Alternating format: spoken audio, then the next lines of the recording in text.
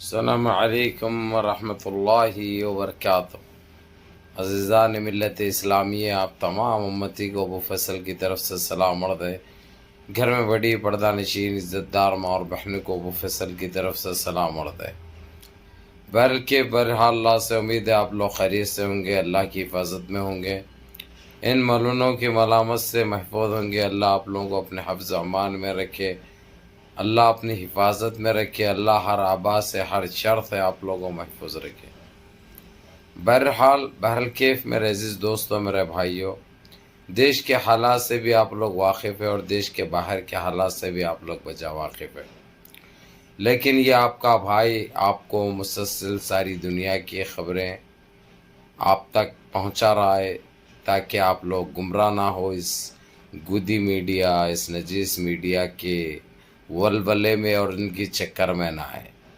بہرکیف آج کا میرا ایشو تو آپ لوگوں کو اچھی طرح پتہ ہے، جو میں لکھ چکا ہوں، دبئی کا ہے۔ جو مسئلہ وہاں پہ بد سے بدتر ہوتے جا رہا ہے۔ پہلے تو طوفان آیا، سیلاب آیا، اللہ کا ایک ایسا قہر نازل ہوا جو آپ لوگوں نے اچھی طرح دیکھا۔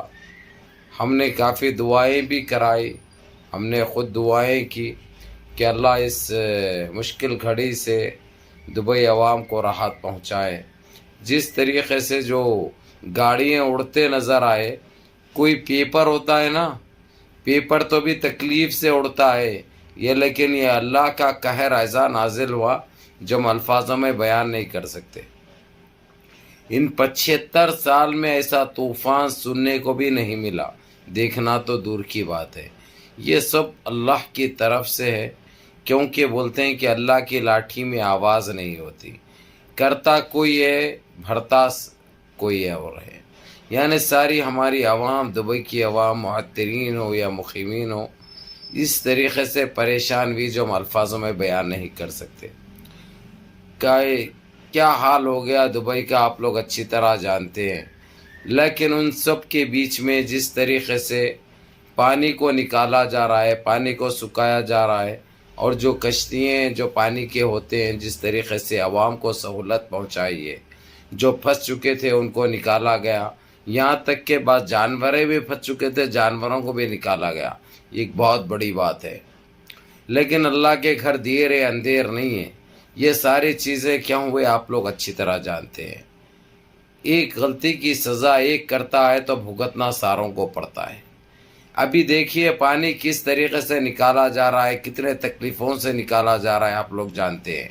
اب اس چیز کے درمیان اس بیچ جو کیڑے نکل آئے ہیں، جو جہاں سے پانی نکالا جا رہا ہے وہاں پہ کیڑے نکل رہے ہیں، وہ کیڑے اتنے خطرناک اور اتنے زہریلے ہیں ہم بیان نہیں کر سکتے۔ اب اس کو کس طریقے سے نکالا جائے، کس طریقے سے کم کیا جائے، حکومت کافی پریشان ہے۔ یہاں تک کہ وہاں کے ٹی وی چینلوں پہ اس کے تبصرے چل رہے ہیں، اس کے بارے میں بات چیت چل رہی ہے، اور کافی پریشان حال ہے۔ جی سی سی کے 3 ممالک تو ایسے ہیں جو بارڈرز تک وہ لوگ بند کرنے کی سوچ رہے ہیں تاکہ ادھر سے کوئی آئے نہ، کوئی آئے تو کوئی لائے نہ، ایسا حساب ہو چکا ہے۔ یعنی یہ حالات کا ذمہ دار کون ہے؟ یعنی یہ لوگ کیا سوچ کے اتنی بڑی غلطی کرے جو آج ساری عوام کو بھگتنی پڑی، چاہے معطنین ہو چاہے مقیمین ہو۔ دیکھو حق تو حق ہے، سچ تو سچ ہے۔ میں کوئی خلاف نہیں ہوں دبئی کا، دبئی کو بہت پیار کرتا ہوں میں، کیونکہ میرے چاہنے والے، میرے بھائی، میرے عزیز، میرے دوست احباب بہت ہے دبئی میں۔ اسی لیے میں اللہ سے دعا کرتا ہوں کہ اللہ اپنی رحمت کی بارش وہاں پہ نازل کر دے، اور کسی طریقے سے وہاں پہ جتنے پریشان حال ہے اللہ ان کے پریشانیوں کو دور فرمائے۔ یہ ایک حقیقت ہے، یہ ایک سچائی ہے۔ اور صرف میں نہیں میرے عزیز دوستوں، میرے بھائیوں، میں نے ایسے کئی مساجد ہے جہاں پہ میں نے دعا کرائی، اللہ گواہ اس بات کا۔ لیکن یہ تو میں برابر کہوں گا، یہ ایک بندے کے غلط فیصلے کی وجہ سے آج سارے ہمارے دبئی کی عوام پریشان ہے، ایک بندے کی طرف سے۔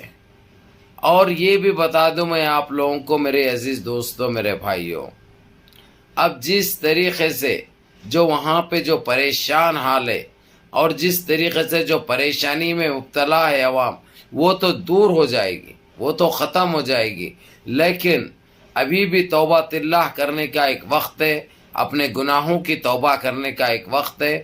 یہ چیز کو ہاتھ سے نہیں جانے دینا چاہیے، یہ چیز کو ہاتھ سے بالکل نہیں دینا چاہیے۔ اپنی گناہوں کی توبہ کرنا، اللہ سے گڑ گڑا کے معافی مانگنا، جو گناہ کرے ہیں دوبارہ اس گناہ کو نہیں دہرانا۔